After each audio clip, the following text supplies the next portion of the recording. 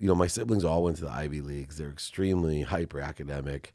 Right. Notice I didn't say intelligent. I think one of the lessons that I teach my kids, and maybe I have a chip on my shoulder and I'm just projecting my own insecurity, but I think that too many people are, judgment. They put conditions on judgments. Just because someone gets good grades, they call them smart. Right. It doesn't equate to me. And as technology progresses and as the world changes quickly, I've met a ton of geniuses that haven't graduated from high school.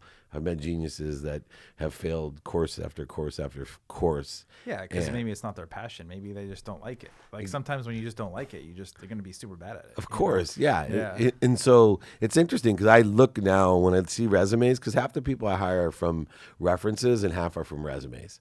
And equally, percentage-wise, they're successful at the same rate. So just to tell you, neither is one is better or worse. They're just different. But I look on resumes to see where I see a pattern of success. Like I'd rather see someone that like in the visual arts and all these creative things got A+, A+. Yeah. But like in math and Spanish get D's and F's.